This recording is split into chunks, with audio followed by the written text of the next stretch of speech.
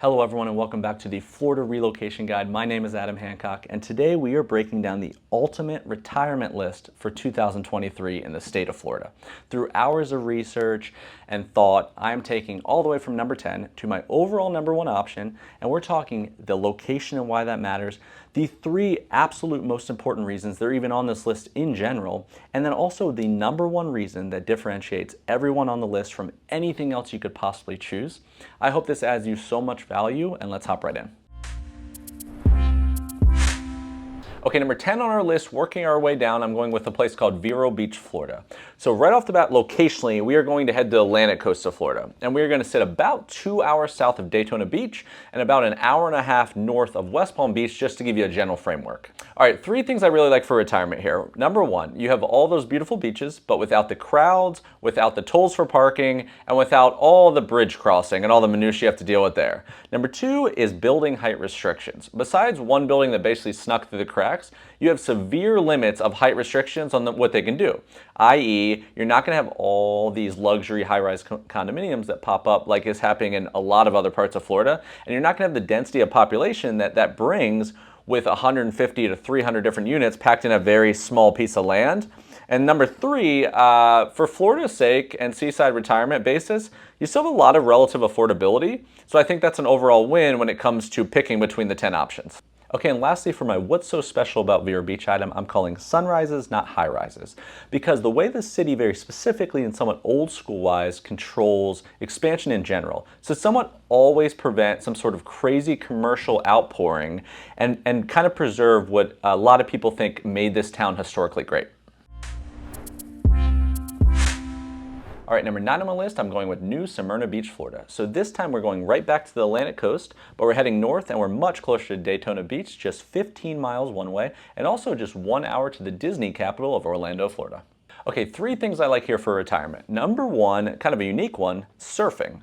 You don't hear surfing synonymous with Florida a ton, but if you're moving from a state or an area in general where surfing is a part of your culture and that's something you would really miss if you moved to Florida, this would actually give you a pretty viable option in my personal opinion. A lot of people think it's the most consistent overall surf break in the entire state of Florida. When there's waves nowhere else, you can find some sort of wave here. So I think that would add one interesting element. Okay, number two here, I'm going with the arts. So New Smyrna has actually been ranked on many lists over the last few years as one of the top overall small cities in the entire country for this specific category. And there's quite like a small budding group of very intentional artists and painters and sculptors that have created a cool, communal, approachable environment. If you're into this kind of thing in the artistic community in general, this gives you a whole nother layer.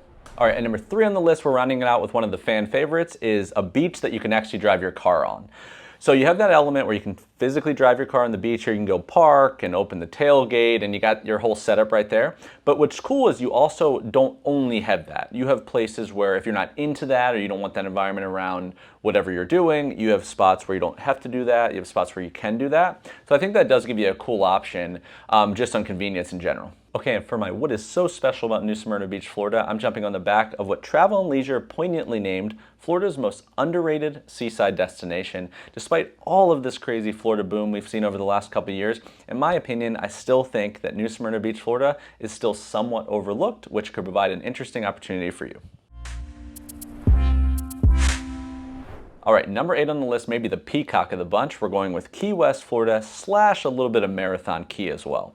So here you are the southernmost point in the entire state of Florida, which is gonna roughly put you about 3.5 hours from Miami one way, and just 90 miles one way to Cuba. Okay, three things I like here. Number one is just the laid-back charm element. So kind of cliche to say, but this is true unicorn Florida retirement living. Everything a Jimmy Buffett song would describe this place as. It is quaint, it is charming, it is old school Florida, it's water-based. It's everything you would picture in a dream of, or a lot of people's dream of retiring in Florida. Number two, is, which I really like, is you don't really need a car. Like if you get to the right part of the Keys, you don't really need a car. A lot of people will travel by like fat tire bike or golf cart or something like that. But I think once you get there, you kind of have everything you need. And if you end up here retiring, that's kind of what you would be seeking for the most part, in my opinion. And number three, I'm going to throw in lifestyle diversity. There's people from all walks of life. I would say it's a very approachable, inclusive environment overall. So if you're kind of seeking like-minded people, depending on what you're looking for, I think it would provide that as well. All right, and what's so special about the Keys and Key West in general here? I'm calling basically the Caribbean. So kind of straight no chaser with that, but you are so far off in one direction that if you want to be on a complete island and still be stateside, then this is the destination. Okay, working our way down to number 7, maybe throwing you for a slight surprise here, I'm going with Mount Dora, Florida. So locationally, this is actually a suburb of Orlando, Florida, about 33 miles to its northwest. Okay, 3 things I like here, because I do feel like I'm always talking about coast, coast, and beach, beach so much. I wanted to give you one inland alternative in case that's not your thing. So number 1 is Mount Dora has actually been ranked on lists as one of the friendliest small towns in the entire country. So if maybe your point of view is that all this destination relocation that's been created has created a melting pot in the state, and community of the way people treat each other maybe is a lost art. This could give you a different version. Number 2, on the back of that, you do have very much like an old school country living feel that they maintain pretty well. So for being so close to a huge metro, which is cool because you're not in complete isolation, it does give you a chance to like live on the outskirts of it without being far removed from it. And if you're retiring without the hustle bustle, maybe that's what you want.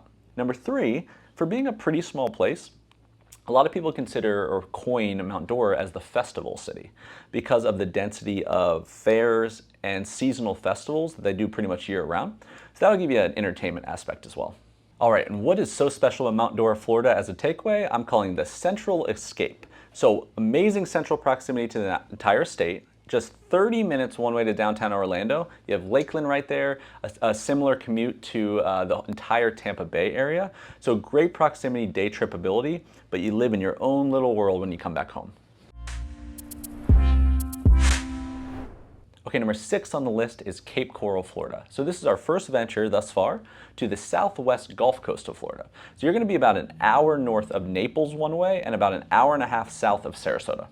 All right, 3 things I think are special here, and number 1 is even particularly interesting. So Cape Coral, Florida, for being a relatively small city in the grand scheme of that conversation, has over 400 separate miles of water canals. So reference point wise, that's more than any city of any size in the entire world, including Venice, Italy. So beyond just being a fun fact and flood prevention, think about the provision of your capability of living near the water and a cost-efficient way of living near the water if you have that level of abundance and it's not in that scarcity. So I really like that. Number 2 is, in my opinion, it's generally going to be a little bit larger lots here by being this close to the water. They're going to be larger in above 10,000 square feet on average for the lot size, which compared to the neighboring cities, that's going the opposite direction. So if you're looking for a little bit more space, I know that's a hot button, then this might be a place where you can not only get a cost advantage, but you get that. And number 3, because of this place has really been booming. It's always been kind of a hidden gem in my opinion, because you have Sarasota and Naples that border it, and then Tampa and all that. Those have always been unanimously popular, and this one just kind of snuck in between, and people didn't know like industry and where to work and all that kind of stuff, but it absolutely exploded because of cost. With that is coming growth. And that's what it's been missing a little bit in my opinion. So you're having a couple projects that are gonna add a bunch of mixed use waterfront development of like, maybe luxury condominiums, luxury homes with commercial districts and restaurants and progressive commercial development like Bimini Basin, Seven Islands, things like that. So commercial growth, I think, is a third thing that's gonna add to this area's uniqueness. All right, and my what is so special about Cape Coral, Florida as a differentiator, I'm calling affordable boater's paradise. Really everything's in the name there, but if you try to look and compare these homes on this kind of water in Naples or Sarasota or any of the surrounding areas like that, they are incredibly, incredibly difficult to get into, and they do not come at a discount. Okay, we have made it to our halfway point, and I'm going with number 5, Lakewood Ranch, Florida. So this is actually a new construction suburb that turned into its own city, but locationally you are Sarasota, Florida metro based. That would be the commonality. You're about 30 minutes one way to downtown Sarasota, Florida. Okay, 3 things I think are special about this one. Number 1, I'm calling everything but the beach. So in the last couple of years especially, gone are the days where you go to the suburbs and you get on the outskirts of town, and of course you get new homes and you get affordability, but you lose what's cool about the town. Lakewood Ranch, Florida may be the best mousetrap in this conversation. 3 downtowns built in, to the entire suburb, and all built post 1995. You have shopping, you have restaurants, you have boutiques, you have lakes for recreation. Half of the entire acreage of Lakewood Ranch is set aside for green space and a trail system. You have schools of all sorts, highly rated public school district with multiple options. You have private options like Montessori and charter. There's co-working, there's commercial spaces for work viability. There is hospitals and urgent cares built in. And you really have everything beyond just coming into the Gulf Coast beaches. And that's not functional for a lot of people day to day. Number two, I'm calling multi-generational and variety. And what I mean by that quickly is, one, Lakewood Ranch, Florida is the #1 multi-generational master plan suburb in the entire United States. So they're at the top of this conversation. But in my experience, that a lot of people that are looking to retire, they don't necessarily need to be in the most kid-friendly neighborhood, and they don't want all of that because they might be beyond those years.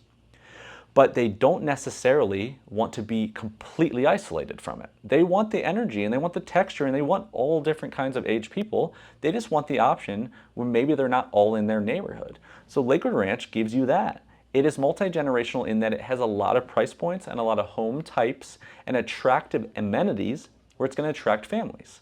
But it also has 30 plus new construction neighborhoods, all built 1995 and newer, and it has 55, and it has luxury elements, and it has golf elements, and it has a lot of communities that won't appeal to families in the same like, but they're still in the general 50,000 acre radius.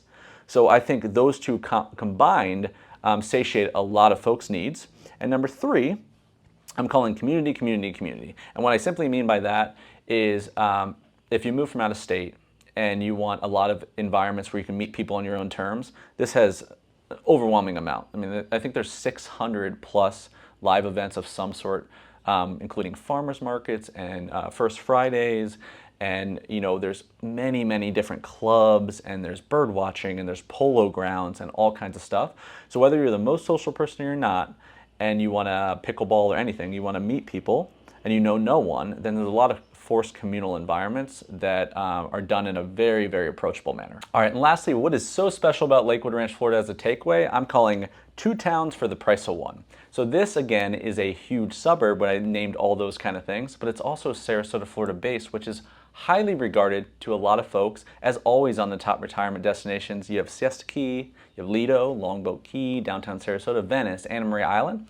So you have all of this. And any community in all of Lakewood Ranch, you'd be hard pressed to be more than 45 minutes one way, but 20 miles, 25 miles from anything else that this entire metro has to offer. All right, number 4 on the list, I'm going with Destin, Florida. So here we're gonna head all the way over to the panhandle of Florida, which is gonna put you about 2.5 hours one way to Tallahassee, which is the home of FSU, and also just 2 hours one way to Mobile, Alabama. Okay, 3 things I like here about Destin, Florida. Number 1 is the crystal clear green water. So if you're not familiar, this area is actually known as the Emerald Coast because of this fact. But the way the water runs in this location, you have this green tint to this very tropical feeling, clean, clear water, which is very lovely to be around, in my opinion. Number 2, unbelievable fishing. So this geography puts you in a place where the fishing, inshore, offshore, so much at your disposal, whether you have a boat or not, charter, galore, you have a ton of options. But right close behind that, golf, shopping, and dining are also right up there. So because of this being a destination location for tourists, you have a lot of amenities if you're a full-time resident to use, if you enjoy those. 3, kind of a unique one to any other one on this list is, and I experienced this because I went to school actually in Pensacola for college. I lived in Gulf Breeze for 4 years. You have seasons kind of for Florida, right? If you're from an area that is not Florida and you come here and you're like, God, there's just no break from the heat and the humidity all year round. Well, this place is a little bit of an anomaly by this location. There's 4 months on average a year that the high is less than 65 degrees, which that's amazing for Florida, if you put it in perspective. And then there's several months of the year where the lows are in the 40s. So at least it gives you some break or some, not as big of a gap on your total relocation. Okay, and then what is so special about Destin, Florida overall? I'm calling small town feel with big town appeal. For a relatively conservative sized place, once you get here, you should have everything you need. Some of the best of what Florida has to offer, amenities, housing, etc. I don't think you're gonna be wanting anything else. Okay, on to number 3, we're getting to our short list here, Naples, Florida. So this is back on the Gulf Coast, and it's about the southernmost point beyond Marco Island until you fall off into the Everglades on the Gulf Coast itself. So that puts you 2 hours south of Sarasota, Florida, and depending on traffic, also just about 2 hours one way to Miami. All right, 3 things I like here for this particular retirement list. Number 1 is the overall abundance of beach variety. So because there's so many beaches from south of Marco Island that run straight up to basically Captiva Island, you have kind of something depending on what you're into or even that mood that day that'll satiate most people's needs. You know, you want to be more social, you could go the pier in Naples Beach. You could, family friendly, you could look at going like adjacent to Bonita and Barefoot Beach and Vanderbilt.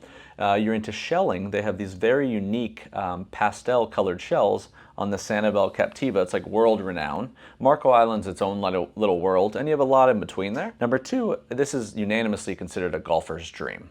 You know, there's a lot of places in Florida that are similar, like you have Jacksonville and parts of the Atlantic coast too. But there's over 100 courses within a 30-mile radius of the city center of Naples, and it's a pretty small geographic area. And 3, I think, is a really unique one to just the Gulf Coast conversation that maybe similar cities don't have. I think where Naples really excels is luxury living. There's a strip of neighborhoods from like Aqualane Shores and the Moorings and Park Shore that are waterfront that offer a unique, exclusive, luxurious environment.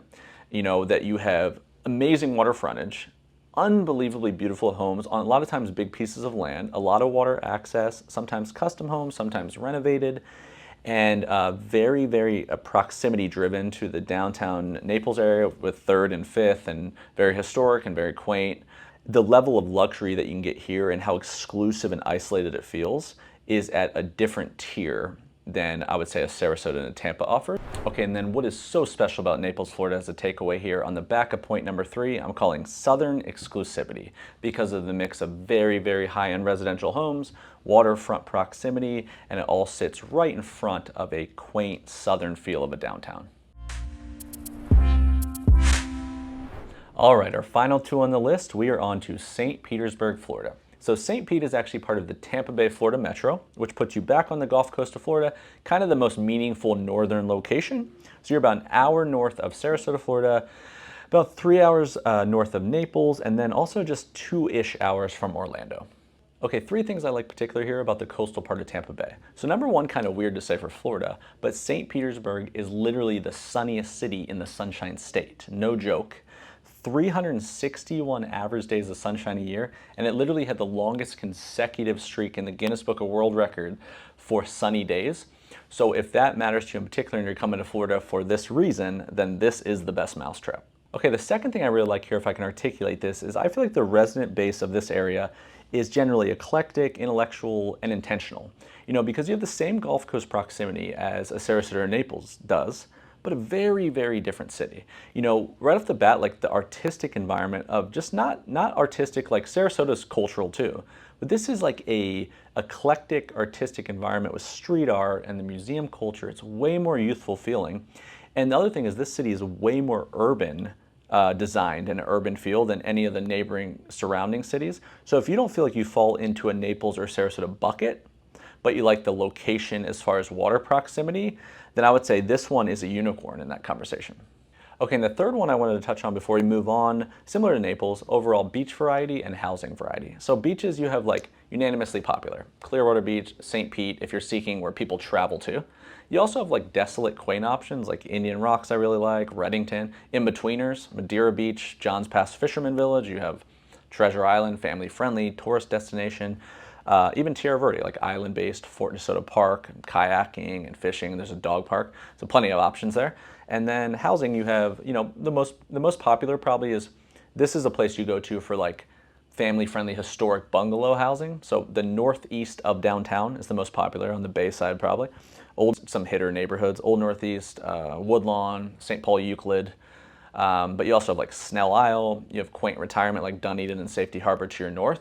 So I think options never hurt the buyer. All right, and finally, what is so special about St. Petersburg, Florida as a takeaway, I'm calling my best overall happy medium on the entire list because of a 3-headed value monster. Number 1, I think best location in the entire state of Florida, Gulf Coast waters in this central proximity. Number 2, you are flanked by a large metro. Not everyone can live around no industry or doesn't want to live around no industry. Someone might work, you just might want more at your disposal than a quaint, sleepy beach town. But number 3 is you are in a large metro, but because of the 3-county Tampa Bay area, you're the coastal county that is basically like a sleepy beach town built within a large metro, which kind of gives you the best of both worlds. All right, number 1 on the list, our grand finale. I'm going with my hometown of Sarasota, Florida. So geography-wise, Sarasota is on the Gulf Coast. You are an hour south of Tampa. You are 2 hours north of Naples. You're 3 hours to Miami, 3.5 to West Palm, 4.5 to Jacksonville and St. Augustine, about 2 one way to Orlando, and about 6 hours one way to Savannah, Georgia. Okay, 3 things I like about Sarasota for this particular list. And just a quick caveat to cover the I'm biased because I live here and I'm from here conversation. You know, it's a valid point, but also my brokerage covers the entire state of Florida, so it's not that different to me. But I also believe what I'm going to say here. And if this is about making me pick one, and if I had to put my anchor somewhere and I was of retirement age, I would probably have to put it here still in 2023 for the reasons I'm about to list. And one of those being, number 1 being geography. You know, I had rattled off previously all the proximity of how close it was to all these things, right? Pretty ridiculous, 3.5 hours to everything. And for Florida, if you made me put my homestead in one place, I'm very transient, I've lived in a lot of places, I would want feasible access to the rest. And I don't think there's a better location in the state for that conversation because most of what the state has to offer beyond the Panhandle, which is like an island on its own, is in the southwest coast and the south coast. And I'd want to be on Gulf Coast waters. And even Tampa and Naples are great locations, but you lose the other one. This one sits in between, but it's still 3.5 hours to everything you'd want. All right, number 2, and something that I probably value even more now that I moved away and come back and have a little bit more perspective, is Sarasota, Florida is very much a play first and work second culture. So if you're of retirement age and you're not contingent on being in place because of industry, then there's a lot of perks to the kind of places you can live and the pace of life that you can live. You know, Sarasota is a place that most people that came here historically, or like more than the average, made their money elsewhere and then they brought it here. And what they're seeking now is hospitable environments. Like the entertainment and what they need is hospitality based. And then support of the time you are in your life. Real estate, insurance, financial services, and healthcare. So the perks to that is our downtown major districts aren't overwhelmed by like the average place of a bunch of people bustling in for work and then they don't live there, so leaving. And which creates all this minutia of traffic patterns and nonsense. And like a downtown Tampa, for instance, most of its work culture, most of its businesses and commercial spaces, very few restaurants. Sarasota's opposite. It's art galleries every third step. It's bars and restaurants and Zagat rated stuff and culture and theater districts and all this kind of stuff. And even on the busiest of times, and the busiest times of year, everybody's coming there to visit. So it just doesn't create the same nonsense. It feels unbelievably peaceful at all times of year. So even when it's busy, if everyone's not getting up and trying to do the same thing at the same times, and it's more random because it's leisure based, that always creates something that is hard to replicate in larger metros. All right, and the third one on the list, just to round this thing out for Sarasota, is you have to talk about arts and the beaches. This is the origin of how this place became in vogue in the first place. You know, it was identified, John Ringling thought it was special, you know, came here and it became a popular destination. You know, and Sarasota is known as the cultural coast because of the pure density of art galleries and theaters and music venues and all of that at your disposal in a small geographic region. And then on top of that, we have Siesta Key Beach and Longboat Key and Anna Maria Island and Lido Beach and Venice Island, all that stuff that people like in their minds are seeking out when they relocate. Because we have this magical triangle when you go west here, as I digress here, when we go west here, our downtown is 2.5 miles to the beach. The bay's in between. And you're 6 miles also to Siesta Key, and most of what is happening is all in these same districts. So Beach Village, and downtown. So once you get over here, you got everything. So I think that abundance in general is if you settle down for retirement and you could live leisurely and you didn't have to go to work, there's a lot at your disposal. And lastly for this video, what is so special about Sarasota, Florida as a takeaway? This might be an obvious one, but this one I am naming my #1 best overall retirement destination for 2023. All right, my friends, that is a wrap for today's video. I really hope you enjoyed the list. And if you're embarking on your own kind of retirement conversation or relocation journey or in the midst of anywhere in that process, and we can help you with any of those real estate needs, buying, selling, questions, calls, consultations, please consider reaching out. We have such a unique, unbelievable team, in my opinion. I guarantee you that whatever you're going through now, wherever your background is, whatever you're working for, there's a good chance that someone on my team has done something or exactly what you're doing 2 years or a year before you're about to do it. Coming from Boston, Manhattan, Long Island, DC, Ohio, Delaware, Maryland, California, Seattle, you want a Florida local, you want a Canadian, we have it all. French speaking, Spanish, Arabic, everything. We'll match you to someone that fits your need, whether you have a family, you're retiring, first-time home buyer, everything in between. I'm here for the whole process, and we'd really, really love the opportunity to assist. My website, thesunshinestateco.com, I'm actually rebuilding it right now. It's going to be awesome, but it's going to be our home base, our ecosystem. Blogs and videos that are organized a little bit easier to work through. We have condos, we have free tools. We have ways you can look at the team members and everything in between. So please check all that out if you don't mind. If I can help you with anything, please let me know. Of course, subscribe and like before you head out if you don't mind, and I'll see you on the next video.